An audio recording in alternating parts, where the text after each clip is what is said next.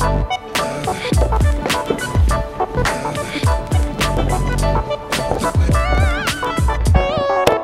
my name's Matt Widgery from mattwidgery.com, and today's episode is lit entirely by the Lume Cube. Yes, that's right, I've got one of these little puppies sitting up on a light stand over there and is providing the light for this episode.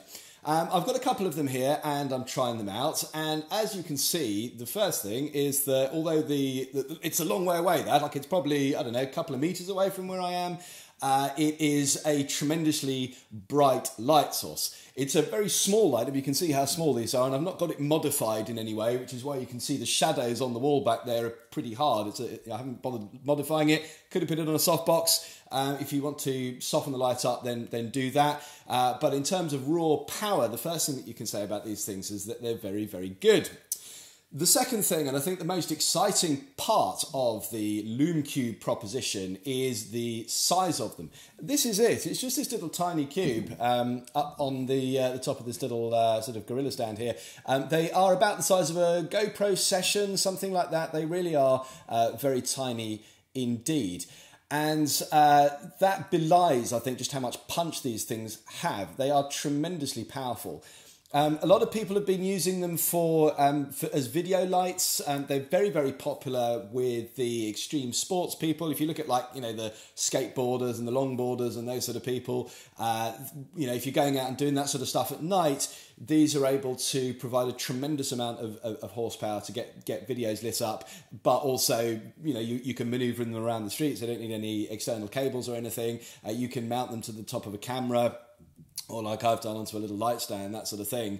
And the really nice thing about them is that they have a tremendously even light flow, despite the fact that it's only a little kind of tiny, like the lens part is literally just that in the centre there. It's the little glowy bit, obviously, but it's pretty tiny.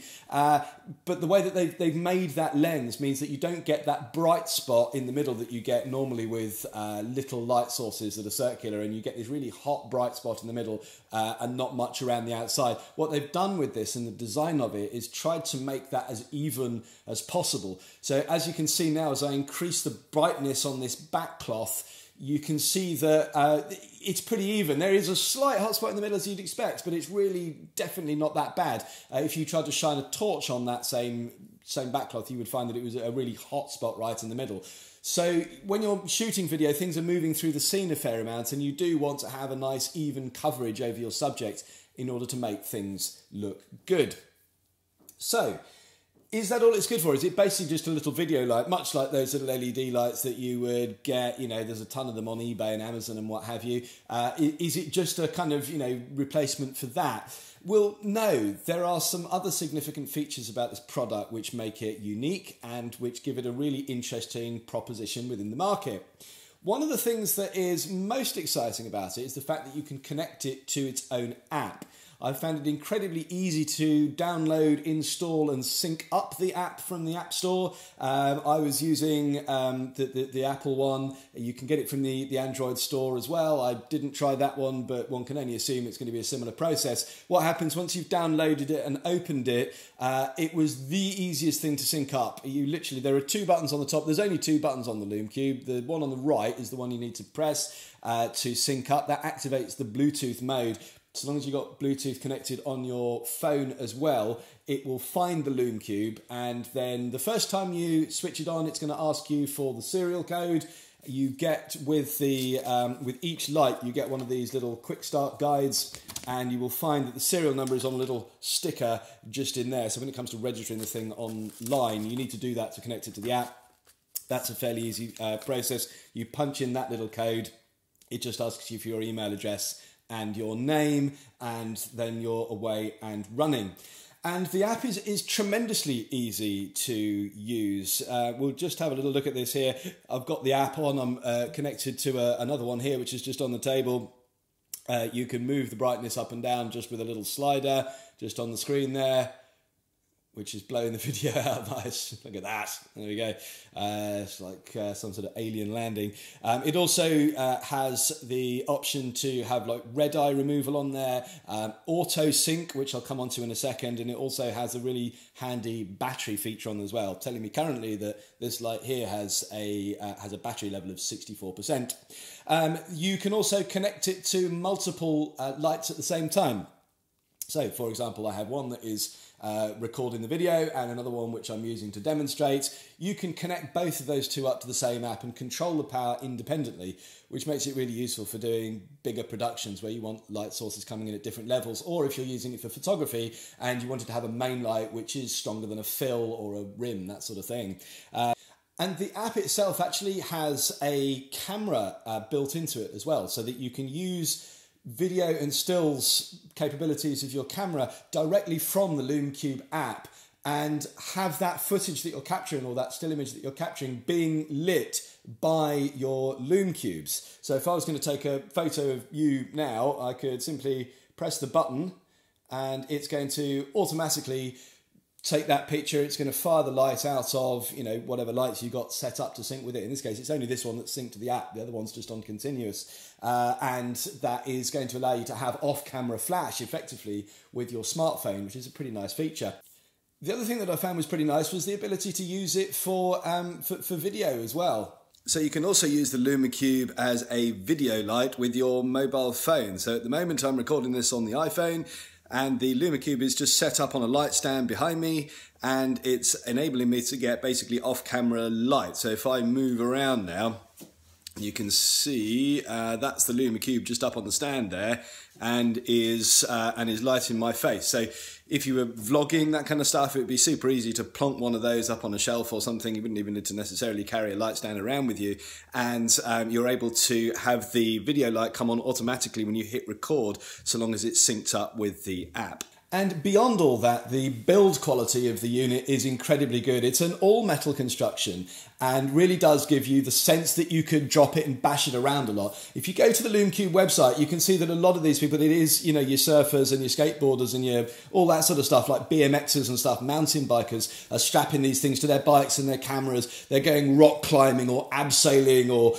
you know, parkour and this sort of stuff. And so you really do get the sense that they've got that audience in mind when they've made this product, and they've made something which is tremendously robust. It is also waterproof to 100 feet as well, which is about 30 meters, I believe, something like that, for those of you that are watching in metric, and that is going to be able to allow you to take it certainly out in the rain on a shoot, but you know, definitely if you wanted to do a little bit of surfing as well, or that kind of thing, you're definitely going to be okay with this. You can get various attachments that come with the Lume Cube system that will allow you to bolt them onto GoPros, that sort of thing, or to get little adapters that will mount to fit to the hot shoe of your camera if you want to use them as, you know, just straight on the camera, like run and gun style. You can do that as well. They come with their own internal batteries. They're charged up via USB cables. You get, if you get the double pack, you handily get 2 cables in there, one for each of the lights, but you don't get an actual charger, so you will need to have some external USB charger in the house in order to plug those in. The packaging itself is pretty nice. It comes in a nice display case. One of them sits up on the top there and tells you what you're going to get into the box, and the other one just sits in the back of the packet there and is all nice and tucked away. And the other things that you do get, as well as having your quick start guides, which you do need for syncing to the app because they do have the registration code in there, you've got 2 of these little warning things as well, and it says all sorts of scary things about the power of the lights. The first thing it says is that high-powered LED will produce heat used with care, and I did find that actually when you use these for a little while and keep them running for a long time, the outside metal of the case does get pretty hot. It's unsurprising. Don't forget that these things are running at 1500 lumens. That is a tremendous amount of power. And obviously, you know, you're going to get some heat with that as well. So if you have the thing sitting up on a light stand and, you know, and recording for a long time, just be careful. Don't just go and grab it necessarily, because you could burn your little fingers. So it does warn you about that. The other thing is, don't look directly at the LED. Again, it's self-evident, I think, why, but yeah, it is a super bright light, so don't just stare directly at it in the same way that you'd be an idiot if you stared directly into the sun. The other thing it says is don't place face down on its lens while you are either operating it or charging it. That I don't particularly understand why not charging, but I mean, obviously if you're operating the light and the light's on, why would you put it on the lens? Because then you can't be able to see any light out of it. So that seems self-evident, but I guess that would be a heat build-up thing potentially, not sure, but don't do that. And the other thing which comes in the box, and bearing in mind these are just demo ones I've got to send back, when I see if I can keep hold of the little sticker, you get a little Lume Cube sticker which will go onto your laptop or wherever you like to keep your stickers as well. So the other things that I really liked about these, and I think I will probably pick up a couple of these myself, they're so pocketable that they're really useful just to have as a torch around the place. It'd be really handy to just keep one in the car, or to just, if you go hiking or anything like that. They're also tremendously useful as bike lights. They'd be really, really good, so you'd be able to see a tremendous way down the road. And because they don't have like a hot spot in the middle, you get a really nice, even kind of spread of light, which will enable you to see potholes and curbs, even when you're out in the countryside somewhere where there aren't that many street lights. And particularly if you're going off-road and you wanted to do something like mountain biking, it'd be really great for that as well. So they are really handy for almost everybody, I would say, would be able to find a use for a super bright little torch that can do so much more. It's got a little tripod mount on the bottom of it, so you can already slap it straight on a tripod or a light stand, and with simple adapters you can attach them to more or less any of your stills or video gear. We haven't talked too much about stills, by the way, but they're so powerful you could easily use them as a to do stills work with. They do actually have an optical slave mode built in as well, so that the flash that you saw go off there when I was taking the picture of you guys, you can, if you put this thing remotely up on a light stand, you can set it up into an optical slave mode so that when you take a picture, it will trigger. And that's another way that you can use these things. So you can either have them when you're doing stills as having continuous light, and I like that because it means you can see in real time what the picture's doing, especially if you're using mirrorless cameras and you're using the EVF to kind of gauge what that exposure is at the same time. But either that, you can have the light, sort of being triggered optically and off camera as well. So, and look how small they are to be able to do that compared to even some of the smaller flash units that I've been testing on this channel recently, like the Nissin i40 and i60. These are way smaller than that. In full power mode and on video, you're going to get about 20 minutes of runtime. So don't expect to be shooting, some big, long kind of feature-length epic.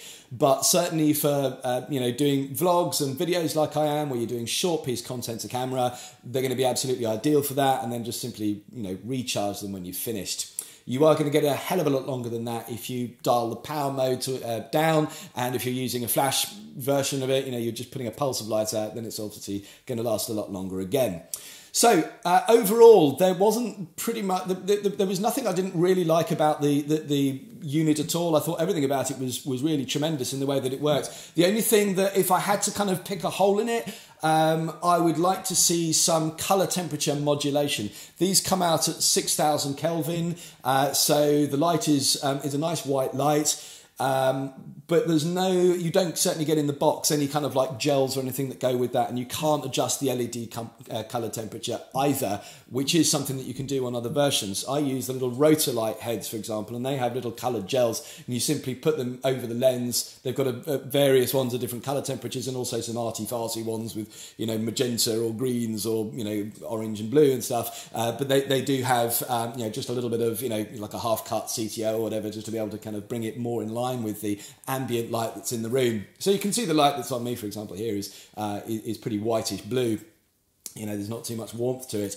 And of course you could go and get some gel and just kind of tape that over, but I think it would be rather nice, because of the way the whole thing is kind of robust and chunky and funky, is if they made some kind of, maybe a housing that had some gel in there, some insert that you could put in that was designed to go with it, that would be tremendous. But apart from that, that's about the only thing, and I'm really struggling there to sort of find anything that I didn't like about this unit.